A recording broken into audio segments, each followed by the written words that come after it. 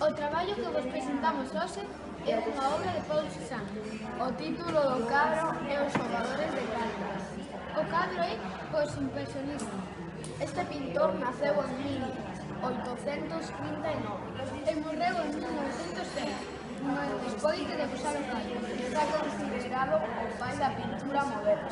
Especializouse en retratos, autorretratos e fotos. Era tan perfeccionista que nunca remataba as súas obras e sempre empezaba outras novas.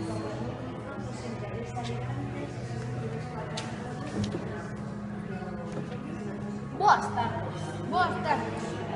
Botamos unha lista. Claro que sí. Quen va? Eu. Empeza, que non quero que comecemos. Non me apures. Vamos a Mediño. Pois non. Eu teño a mulleriña esperando na casa co caldo quente. Come sempre. Eu tamén teño que